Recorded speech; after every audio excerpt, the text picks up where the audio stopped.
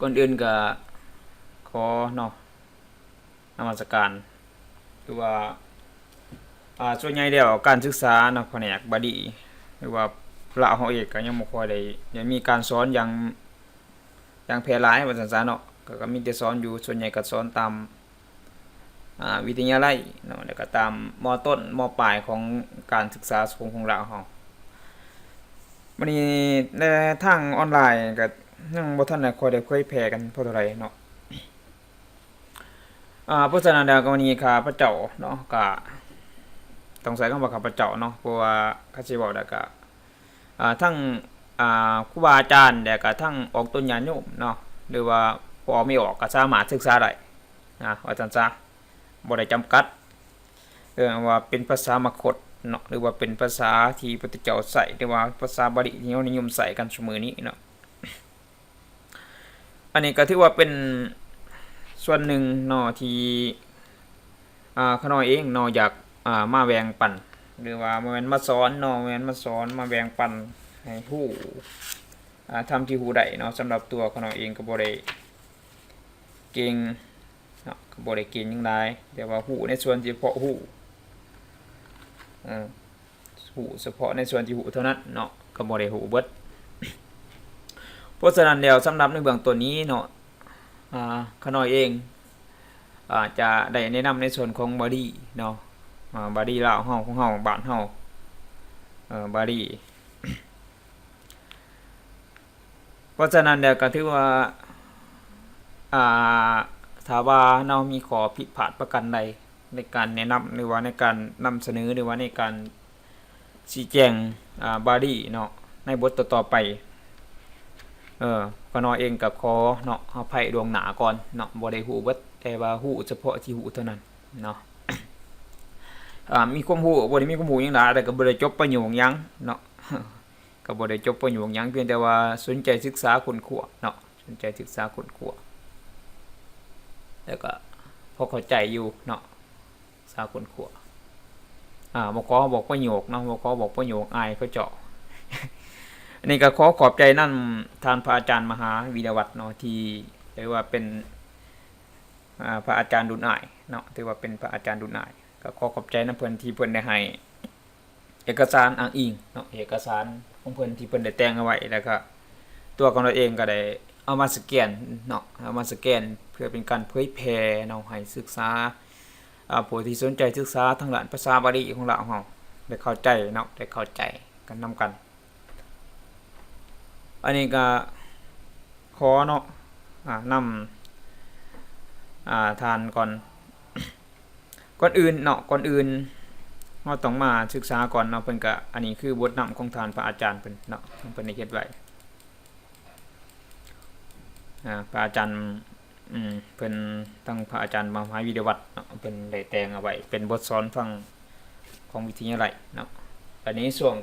อาจจะบ่ละเอียดปานใดเพราะว่าตอนนี้ตอนขน้อยไปมานี่มันไม่ใช่ช่วงนี้ตอนที่เพิ่นตอนที่ทางพระอาจารย์เพิ่นกำลังแกะหรือปรับปรุงอยู่เนาะกำลังเขียนบทในส่วนปรับปรุงอันนี้คือบทนำของทางพระอาจารย์เพิ่นได้แกะเพราะฉะนั้นก็จะมีห้อยตัวหนังสืออยู่เนาะจะมีบางเทื่อจะเขียนว่าบทนั้นบทนี้มีห้อยขีดมีบ่ละเอียดว่าซั่นซะเพราะว่าอยู่ในช่วงท่านกำลังแกะอยู่เนาะมาเข้าสู่เนาะมาเข้าสู่บาลีของเฮาเพราะฉะนั้นถ้าว่าท่านใดที่สนใจศึกษาทางด้านบาลีเบื้องต้นต้องใช้คำว่าเบื้องต้นเนาะบ่สามารถที่จะไปแบบขั้นสูงได้สำหรับเบื้องต้นสำหรับบ้านๆของเฮานี่แหละกินม.1 ม.ปลายหรือว่าตามวิทยาลัยที่ออกข้อสอบกันนี่แหละว่าซั่นซะเนาะตามออกข้อสอบกันนี่แหละบ่หยังใด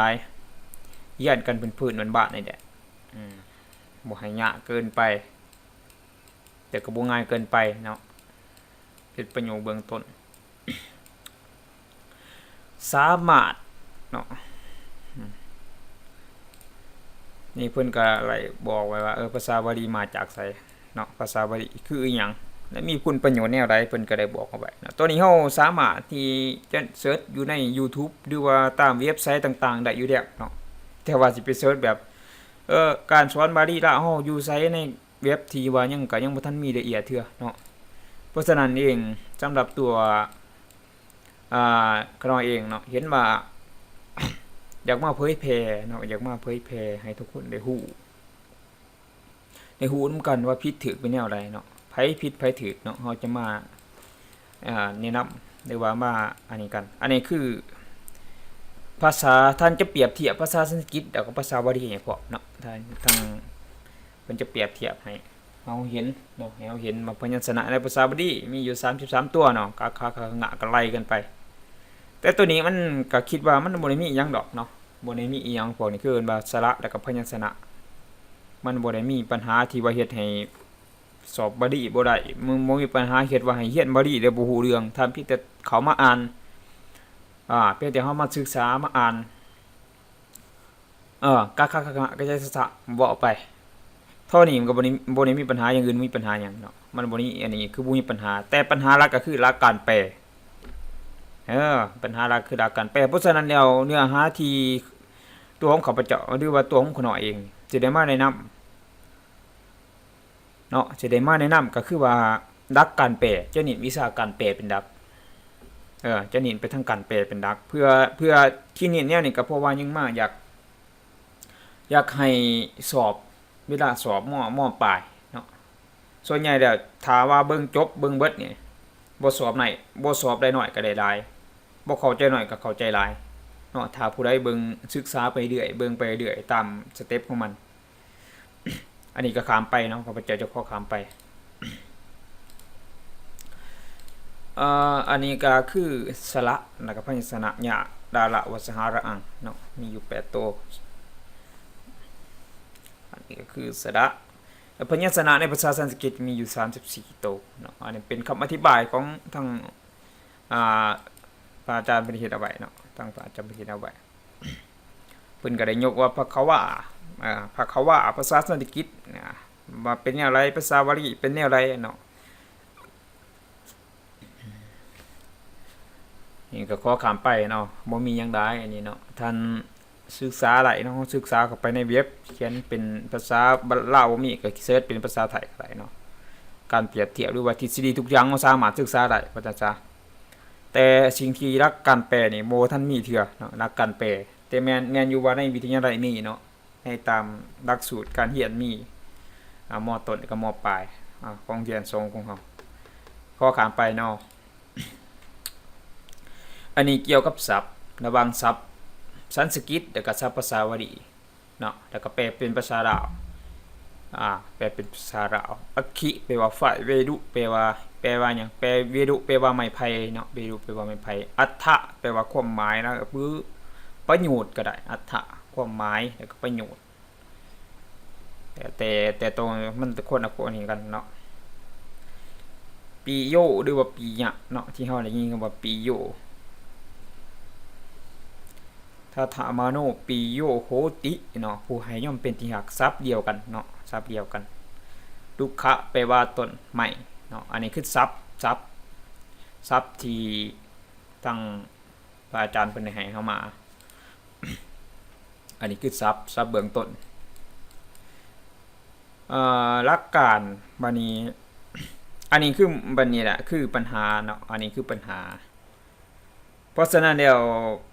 ก็ขออธิบายทางด้านทฤษฎีก่อนทุกคนจะเข้ามาศึกษาทางภาษาบาลีต้องขออธิบายก่อนว่าถ้าว่าบ่ได้ไวยากรณ์ปัญหาหลักสาเหตุที่คนบ่ได้ภาษาบาลีย้อนบ่ได้ท่องวิชาไวยากรณ์เนาะต้องขอย้ำว่าบ่ได้ท่องวิชาไวยากรณ์ภาษาบาลีบอกกันว่าภาษาบาลีเป็นภาษาที่ท่องไวยากรณ์จึงจะเข้าใจจึงจะเข้าใจบางคนว่าโอ้เรียนภาษาบาลีบ่จำเป็นต้องท่องไวยากรณ์เพียงแต่ไปอ่านโอ้อย่าหวังเนาะอันนั้นน่ะเนาะจื้อก็จื้อได้แต่ว่าจื้อเพิ่นว่าจื้อแบบจื้อเขาเจาะมานะจื้อแบบบ่มีวันเข้าใจต้องเข้าใจว่าตรงมีวันเข้าใจเพราะฉะนั้นเป็นหยังเขาจังว่างอันนั้นเขาจังว่างดักภาษาบาลีเอาไว้ว่าต้องให้จบอยู่ในส่วนของเล่มน้ำแล้วก็เล่มอักขยาตเนาะเล่มน้ำเป็นหนีที่1เล่มอักขยาตเป็นหนีที่2เล่มสมาธิเป็นหนีที่3เนาะที่4เขาจังเอาไว้สุดท้ายเล่มก็คือเกี่ยวกับอักขระและพยัญชนะว่าสนธิ อันนี้คือเขาจังว่างเขาจะว่างรักไวยากรณ์รักการท่องคือท่องแต่ยังท่องแต่นำมาหน้า1คุณหน้าสัพพนาม1ท่องแต่นี้ไปเป็นจบฮอด4เล่มฮอด2เล่มก็ถือว่าโอเคสามารถแปลพอหูเรื่องได้เขาจะวิเคราะห์จังซี่เนาะแต่พอฮอดเดือน23เกี่ยวกับสมาธิเพราะฉะนั้นแล้วการเรียนภาษาบาลีนี่ถ้าอยากเก่งอยากเข้าใจต้องไฮไลท์ไวยากรณ์ต้องใช้คำว่าต้องทั้งไฮไลท์ไว้หยังก่อนแต่ท่องจำให้ขึ้นหัวแบบคือบทสูตรนี่เหมือนว่าเฮียดเพิ่นผ่านไปเนาะไฮไลท์คือบทสูตรแฮงดีสำหรับบ้านเฮานี่จะหายากเนาะหายากไฮไลท์บ่คือบทสูตรทุกบทของไวยากรณ์ไฮไลท์คือบทสูตรปุริโสปุริสาปุริสังปุริเสปุริสินาปุริสีปุริสิพีปุริสาปุริเสญปุริสตังปุริสนังท่องไปแบบบ่หายใจเลยก็อันนี้คือหลักการท่องแบบเดียวกับท่องบทสูตรเนาะแบบเดียวกับท่องบทสูตรถึงจะเข้าใจภาษาบาลีอย่างท่องแท้หรือว่าชัดเจนที่ข้าพเจ้าแสดงอธิบายไปอันนี้คือหลักไวยากรณ์ที่เฮาต้องได้จากเก่งภาษาบาลีต้องท่องไวยากรณ์ให้ได้ถ้าท่องไวยากรณ์ให้ได้มีปัญหาเนาะมีปัญหาในการเรียนภาษาบาลีแน่นอนสาเหตุของการเรียนภาษาบาลีมีปัญหากันย้อนหนึ่งมาเฮาบ่ได้ไวยากรณ์เนาะเอาง่ายจื้อโดดบ่ง่ายจื้อโดดว่าท่องไวยากรณ์ได้บ่เขามีปัญหาหย่อนหยังก็คือหลักไวยากรณ์เด้เฮาบ่ได้ท่องไวยากรณ์ไผสิแปลภาษาบาลีเก่งขนาดใดถ้าไวยากรณ์บ่ได้ก็บ่มีวันเข้าใจอย่างท่องแท้ดอกเนาะ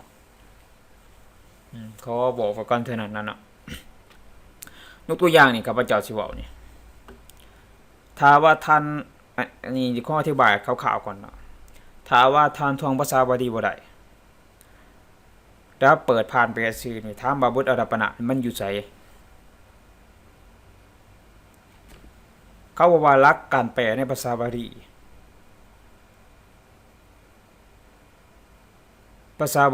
อย่างเป็นลาวมีอยู่หลักการแปลภาษาบาลีเป็นภาษาลาวมีอยู่เก้าอย่างที่1เขาว่าบทอารัปณะบทอารัปณะถ้าว่าท่านยังบ่ทันเข้าใจถ้าว่าแสดงว่าท่านยังบ่ทันได้ไปเปิดเบิ่งไวยากรณ์นี่คือสาเหตุของท่านไวยากรณ์ถ้าว่าที่จริงแล้วข้าพเจ้าถ้าตัวของข้าพเจ้าว่าอารัปณะคำว่าปณะนี่คนถ้าท่องไวยากรณ์มาจะเข้าใจว่าอารัปณะมันอยู่ในส่วนตรงไหนดาวนี่บทนี่บาทนี่มันอยู่ไสบทกราสัตมินี่มันอยู่ไสบทประธานบทที่เนื่องด้วยประธานบทที่เนื่องด้วยกิริยาในระหว่างบทที่เนื่องด้วยกิริยาในระหว่างบทกิริยาคุมภาคและบทที่เนื่องด้วยกิริยาคุมภาคภาษาบาลีในประโยคนึงจะอยู่ในส่วนของเก่า8อย่างนี้เก่าอย่างเนาะอันนี้คือองค์ประกอบของประโยคอยู่ในส่วนของตัวนี้ทั้งเบิดเนาะเพราะฉะนั้นเดียวถ้าว่านิบาตก็ยังบ่เข้าใจอยู่ถ้าว่าท่านท่องแบบใดบ่ได้ยากแนะนำให้ไปเปิดเด้อว่ามันอยู่ในส่วนของถ่ายบทของเล่มหยังเล่มน้ำเนาะบทพวกเกี่ยวกับกาลสตมีเกี่ยวครับสัญญาเวลาเย็นหรือว่าเวลายามมื้อแลงนี่นะว่าง่ายเวลาเย็นหรือว่ายามมื้อแลงเฮานี่น่ะกาลสตมีนี่นะเนี่ยอะไรที่เป็นชื่อว่าทีวสังแปลว่าหยังแปลว่าสังแปลว่าวันเอกกับทีวสังแปลว่าวันหนึ่งอันนี้ก็คือเป็นกาลเวลาที่บ่งบอกเฮาที่จริงบทนิบาตมันก็อยู่ในส่วนท้ายของเล่มน้ำเนาะอยู่ในส่วนของท้ายบทเรียนไปเปิดเบิ่งได้เนาะเล่มน้ำบทนิบาตถ้ามีตัวนี้ต้องแปลตัวนี้ก่อนเนาะแล้วบทกาลสัตมีก็ต้องแปลคือกันว่ากาลคือกาลเวลาอันเนี้ยแต่กับบทประธานแบบไว้เกินมาประธานปุริโสนี่เกินมาเป็นประธานหรือว่าอื่นๆก็แล้วแต่ที่เป็นปฐมวิภัตติหรือบ่เป็นปฐมวิภัตติแต่ว่าก็เป็นประธานในประโยคนั้นเกินมาประธานตัวอย่างประโยคภาวะวจก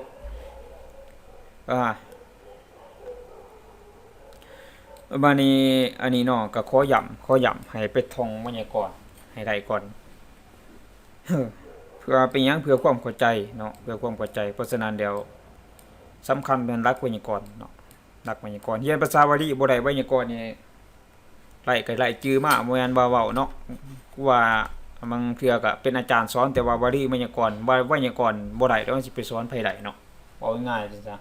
เพราะฉะนั้นหลักไวยากรณ์ต้องมาอันดับหนึ่งจื้อให้ขึ้นหัวโดดเว้าง่ายๆบ่แม่นว่าจื้อธรรมดาเนาะจื้อคือบทสูตรนี่แม่นว่ามาอ่านเป็นผ่านแบบซ้ำนี่ก็พอแล้วมันบ่พอกินเนาะซ้ำนั้น วันนี้มาบอกถึงองค์ประกอบของประโยคองค์ประกอบของประโยคก็มีอยู่กิริยาบทกิริยาในระหว่างกิริยากุมภะกิริยาวางตีอันตินี่คืออันมากิริยาในกุมภะขออธิบายย้อนกลับคืนอีกก่อนดอกบทกิริยาในระหว่างบทกิริยาในระหว่างก็คือเดี๋ยวที่ขออธิบายต่อไปเนาะเสียดายนี่ถ้าว่าอยู่ในนามกิจแนะนำว่าไปในนามกิจฐานะนามกิจมันอยู่ในส่วนของตัวใดแสดงว่าอยู่ในส่วนของนามอยู่ในส่วนของเหลี่ยมอักขยาตเหลี่ยมที่2เนาะในนามแต่เท่านั้นเพราะฉะนั้นบอกก็บ่เข้าใจดอกเพราะว่าเป็นหยังเพราะว่าเฮาบ่ได้แวบเนาะปัญหาเรื่องเฮาบ่ได้แวบกิริยาในบางคืออีหยังก็คือนามกิจพวกนามกิจพวกอันนี้แล้วสิยกตัวอย่างให้เบิ่งพวกนามกิจเนาะกิริยากุมภะคือตัวใดก็คือพวกติอันติสีทามิมะเตเอติสิวิหิเอวะหิอันนี้คือว่าพวกกิริยากุมภะเนาะในส่วนของเหรียญนาทำอิฐบอกไว้ก่อนนาทำอิฐอันนี้ถ้าว่าเฮาท่องบาลีบ่ได้เฮาสิไปฮู้จังได๋ว่าตัวใดเป็นกิริยาระหว่างตัวใดเป็นกิริยากุมภะตัวนี้มาแต่ไสเนาะสิ่งที่ควรฮู้ก่อนแปลภาษาบาลีตัวอย่างการแปลบาลีประโยคทั้งหาว่าจกแบบฝึกหัดแต่ทดสอบเนาะประโยคพิเศษที่ควรฮู้ประโยคที่ซับซ้อนที่สำคัญจะขาดบ่ได้แบบฝึกหัดนี่ทันอาจเป็นทฤษฎีของทันที่ได้เขียนมาเนาะบัดนี้เฮามาเข้าสู่บทเรียนกันเบิ่งว่าเป็นแนวใดอันนี้ก็คือตัวทำอิฐที่อธิบายไปแล้วนี่คือว่าหลักการแปล9อย่างแปลการหลักการแปลรวยย่อแบ่งเป็นอยู่3อย่างอย่างที่1คือตัวนี้เนาะอย่างที่1ก็คือตัวนี้เรียกว่าแปลโดยพยัญชนะแปลโดยยุกศัพท์แล้วก็แปลโดยอัด3อย่างนี้มีความหมายแตกต่างกันแนวใดในหลักการแปลพยัญชนะแน่นอนว่าข้าพเจ้าสิได้สอนอยู่เดียวเนาะสิได้แนะนำอยู่เดียวว่าแปลพยัญชนะแนวใดแปลยุกศัพท์แนวใดก็แปลโดยอัดแนวใดเนาะจะบ่ค่อยละเอียดปานใดเนาะเพราะว่าก็คือว่าแนวท่านจังบอกว่าให้บ่ทันเขียนไว้ว่าจำหลักไวยากรณ์ทั้ง4เหลี่ยมให้ได้เนาะเห็นบ่ทั้งมหาเพิ่นเขียนเอาไว้ว่าจำหลักไวยากรณ์ทั้ง4เหลี่ยมให้ได้เนาะถึงจะเข้าใจหลักการแปลตัวมันเสื่อมโยงมาคือมันจะเข้าใจหลักการแปลเฮาบ่ได้มีวันใดดอก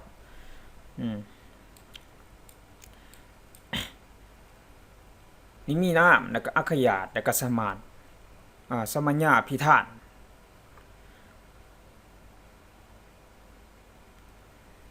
อันนี้คือตัวสำคัญเนาะตัวสำคัญหลักก็คือไวยากรณ์มันนี้ก็เข้าสู่บทเรียนตัวต่อไปเนาะมาเข้าสู่บทเรียนต่อไปยกตัวอย่างประโยคนี้เนาะประโยคนี้เข้าใจหลักการแปลกันบ่เมื่อหลักไวยากรณ์ทั้ง4เหลี่ยมเมื่อจำหลักไวยากรณ์ทั้ง4เหลี่ยมได้แล้วต้องใส่คำว่าเมื่อจำหลักไวยากรณ์ทั้ง4เหลี่ยมได้แล้วได้ต้องใส่คำว่าจำทั้ง4เหลี่ยมต้องบังคับคำว่าจำทั้ง4เหลี่ยมก็คือตัวนี้มันบ่ได้สิมาเฮียนน่ะโอ้ยบ่เข้าใจสอนนั่นสอนนี่บ่เข้าใจเพราะเข้าใจหยังเพราะเฮาบ่ได้ไวยากรณ์เนาะอันนี้มันเข้าสู่นี่ครับที่มาแนะนำมื้อนี้เนาะที่ข้าพเจ้าได้มาชี้แจงประโยคแต่ละประโยคว่ามันเป็นหยังคือเป็นจังซี่เหตุผลเป็นหยังคือว่าบ่สอนน่ะบ่เข้าใจเนาะสอนน่ะบ่เข้าใจย้อนหยังย้อนเฮาบ่ได้ไวยากรณ์เมื่อจำหลักบาลีไวยากรณ์ได้ทั้ง4เหลี่ยมได้แล้วเวลาแปลหนังสือจะต้องเข้าใจหลักการแปลทั้งพยัญชนะและโดยอัด การแปลโดยพยัญชนะนั้นถือว่าเป็นหัวใจหลักของการแปลธรรมบทเนาะทางพระอาจารย์ได้เขียนไว้และอธิบายไว้ชี้แจงตัวอย่างหลักการแปลเนาะโสกิระพันเตเศรษฐีปุตังลพิตวะปุตเตมาเตวิหารังอาขมาสินะทาวาท่านจะพวกเราอะไรบอกว่าทาวาเฮาคันทาวาท่านทั้งพระอาจารย์เพิ่นบ่ได้แต่งอาวุธเอาไว้นี่เฮาสิสามารถแปลเองได้บ่แน่นอนว่าทาวาทรัพย์พวกนี้บ่ได้ทรัพย์ที่อยู่ในหลักไวยากรณ์ทั้งเบิดทรัพย์พวกนี้ทรัพย์อยู่ในหลักไวยากรณ์ทั้งเบิดทรัพย์ที่ท่านเอามาทางพระอาจารย์มหาวิทยาวัฒน์เพิ่นเอามาแต่งเฮานี่เป็นทรัพย์ที่อยู่ในเหลี่ยมไวยากรณ์ทั้งเบิดทั้ง4เหลี่ยมก็มีทั้งกิริยาคุ้มภาคมีทั้งกิริยาในระหว่างทุกอย่างอยู่ในนี้เนาะอยู่ในวรรคศัพท์บางตนเพราะฉะนั้นเนี่ยถามว่าท่องไวยากรณ์ประโยคซ้ำนี้บ่ได้มีปัญหาหยังกิระเป็นหยังแปลว่า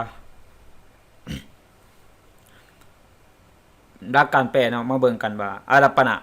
ตัวใดเป็นอารัปปนะ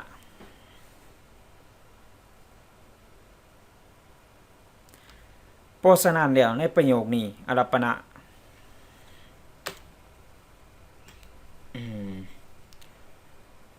เบิ่งเปิดให้เบิ่งเนาะอารัปปนะหลักการแปลมันย้อนหลักการแปลอีกเนาะนี่หลักการแปลเปิดให้เบิ่งนี่หลักการแปลบอกว่า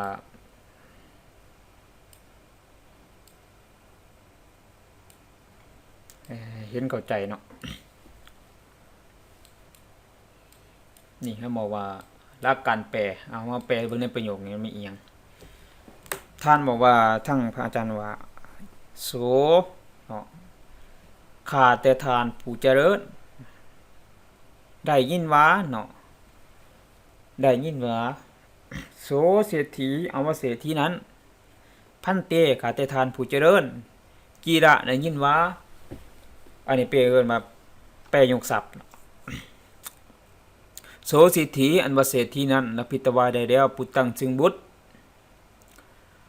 อาคะปุตเตมาเตขั้นเมื่อบุตรเนาะปุตเตมาเต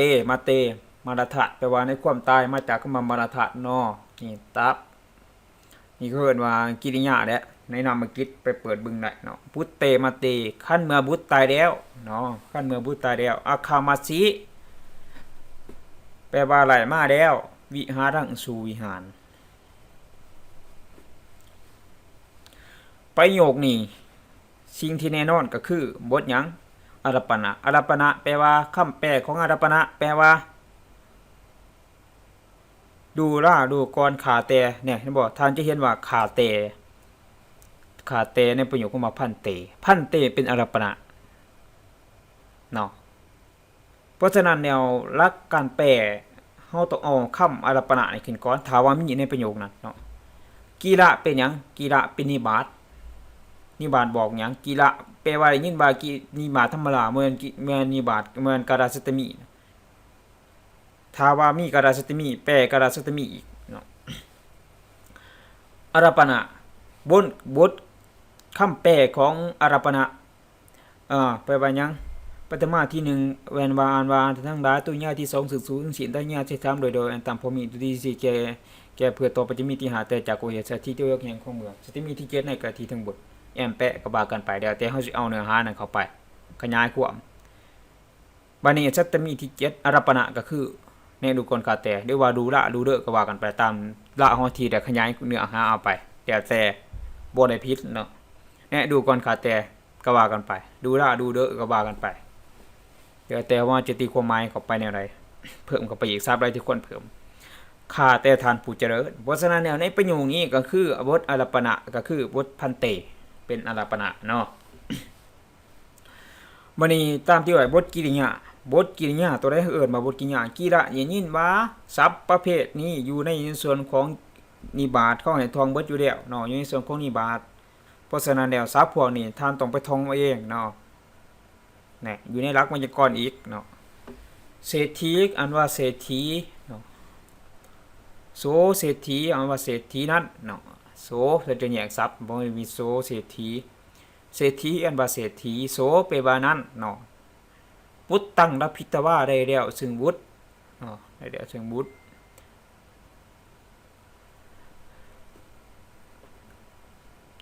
ปุตเตมาเตขั้นเมื่อบุตรเนาะขั้นเมื่อบุตรตายแล้วอันนี้สำคัญเนาะสำคัญทั้งที่ว่าปุตเตมาเตมันจะแปลแบบลักษณะสิแปลว่าจังได๋ล่ะเนาะบางคนจะเข้าใจว่าเป็นตุติยวิภัตอ่าปุตโตปุตตาปุตตังปุตเตนี่ก็คือปัญหาหลักหลายคนอาจจะคิดว่าเป็นวิภัตตุติยที่2วิภัตเนาะสำหรับคนที่บ่เข้าใจแล้วบ่ได้ไวยากรณ์นะต้องใส่เข้ามาบ่ได้ไวยากรณ์ปุตเตมาเตไปบ่ถูกเนาะว่าสิแปลว่าแนวใดปุตเตนแปลว่าสิแปลว่าจังได๋ล่ะสมมุติว่าครับว่าบ่เข้าใจแล้วแบบเราๆกันว่าสิเราๆอาคามาชิแน่นอนซับไม่ยังก็อยู่แล้วเนาะคำว่าธาตุแปลว่าหยังคำว่าธาตุแปลว่าในความไปเติบอาคานะแปลว่าไล่แล้วเนาะวิหารังสู่วิหารสู่ซึ่งสู่ยั่งสิ้นด้วยโดยอันตามพอมีซึ่งสู่ยั่งสิ้นตุติยบีพัดเนาะเพราะฉะนั้นถ้าเฮาท่องวีซ่าไว้ก่อนบ่ได้แล้วคำแปลจำหมวดวิพัตตัวที่2ก็คือซึ่งสู่ยั่งสิ้นตติยาที่3ด้วยโดยอ่านตามพอมีอันนี้เพราะฉะนั้นเดี๋ยวเฮาต้องท่องไว้ก่อนให้เข้าใจก่อนสำคัญแม่นตัวแปลหมวดหลักการแปลประจำวิภัตเนาะทุกบอกง่ายๆว่าทุกอย่างเลยของไวยากรณ์ที่จำเป็นต้องแนะนำมาใส่ในการแปลเพราะฉะนั้นแล้ววิหารังนี่เฮาเล่าออกได้ว่ามันเป็นตุติยวิภัตที่2ซึ่งสู่ยั่งสิ้นเฮาสิบอกว่าเพราะฉะนั้นเนี่ยเฮาต้องเบิ่งเนื้อหาตัวจริงก่อนว่าเฮาจะเอาศัพท์แปลของประจำหมวดวิภัตนามนี่มาใส่กับวิหารนี่เฮาสิใส่จังได๋สมมุติว่าซึ่งไปแล้วซึ่งวิหารได้ไปแล้วซึ่งวิหารนี่มันสิสมควรบ่เนาะมันก็บ่สมควรเนาะแต่จริงแล้วต้องไปคำว่าไปต้องไปสู่เนาะ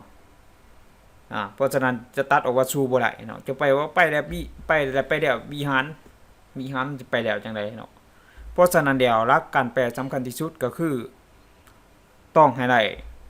หลักไวยากรณ์สำคัญที่สุดเนาะวิหารังเฮาบ่จำเป็นต้องไปเปิดศัพท์ก็ได้บ่จำเป็นต้องไปเปิดหลักไวยากรณ์ก็ได้มันก็ฮู้แล้วว่าตุติยวิภัตที่2คำแปลของมันก็คือซึ่งสู่ยั่งสิ้นซึ่งทั้งหลายสู่ทั้งหลายอย่างทั้งหลายสิ้นทั้งหลายก็ว่ากันไปอันนี้คือหลักไวยากรณ์วันนี้มาขออธิบายกิละแปลว่าได้ยินว่าเนาะได้ยินมาคือเป็นบทนิบาตมีบ่บทกาลาสัตตมีบ่มีเนาะกาลาสัตตมี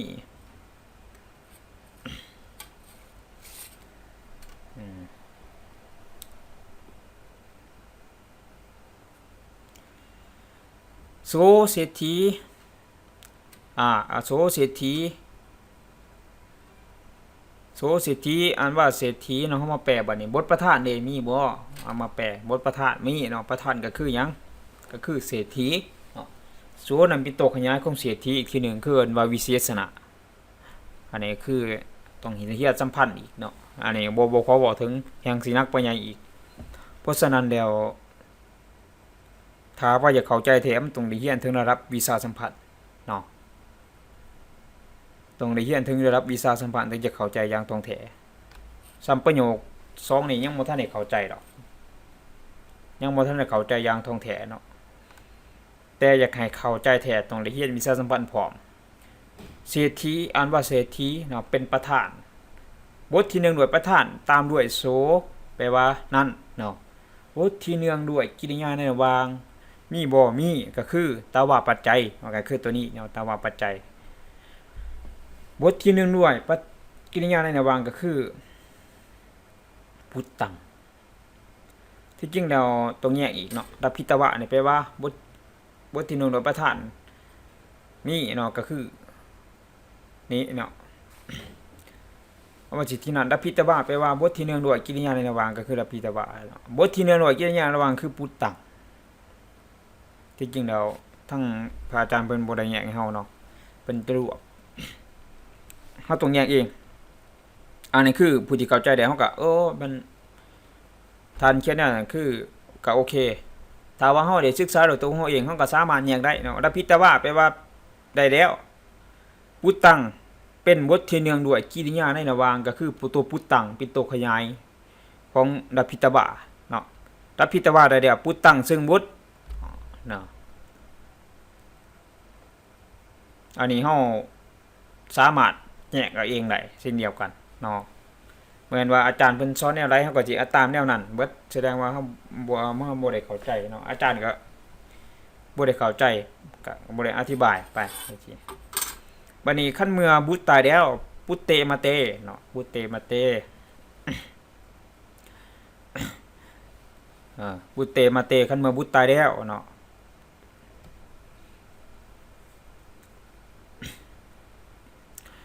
อาคามาซีได้ไปแล้วเป็นหยังแปลเป็นกิริยาคุมภาคกาลสัตมิ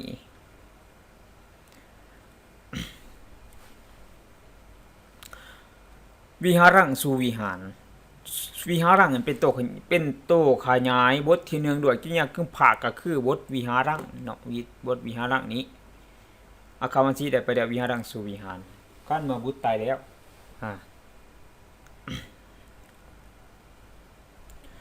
อันนี้คือตัวสำคัญที่สุดตัวบทอันนี้ตัวสำคัญที่สุดมานี่ถ้าว่าประโยคใดมีบ่ครบทั้งเก่าเพิ่นว่าให้ก็ให้เลือกก็ให้เปลี่ยนไปตามระดับของมันระดับการแปลหมายถึงว่าเปลี่ยนระดับการแปลของมันทั้งว่าบทอาราปราบ่มีบทนิบาตบ่มีเฮาก็ไล่ไปเรื่อยๆจนสุดของอันนี้แต่อันตรงมีตัวใดตัวหนึ่งในหันเนาะบัดนี้ก็คือตะอารัปปนะอารัปปนะน้ำมาตัวเดียวแปลก่อนเลยก็บอกทางบอกมาตัวเดียวอารัปปนะน้ำอารัปปนะน้ำคือตัวใด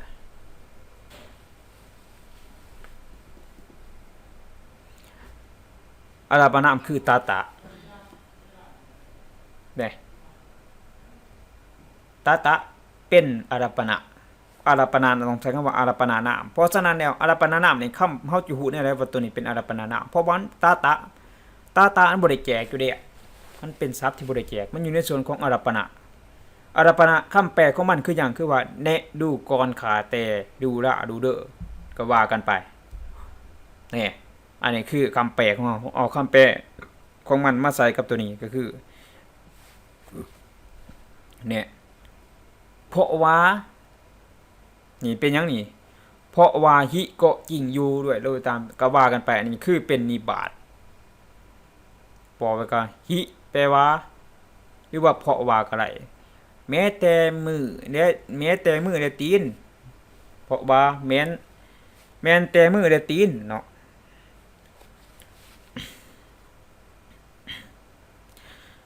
หัตถะปะทะปิแปะปินี่ก่อนเนาะมันจะมีปินี่ก็เป็นนิบาตเช่นเดียวกัน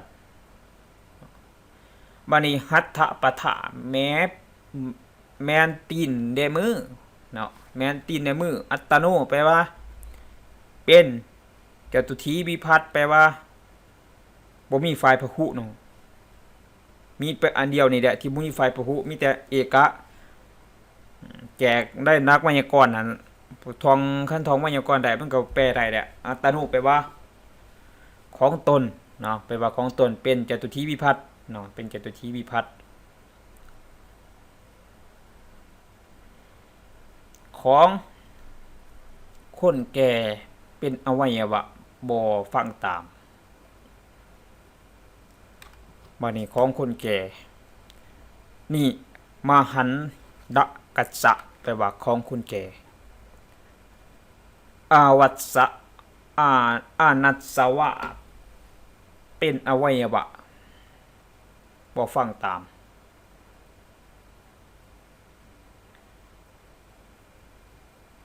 โหนติแปลว่ายอมเป็นเนาะโหนติแปลว่ายอมเป็นเป็นอะไรว่าเอาฟังตามโหนติยอมเป็น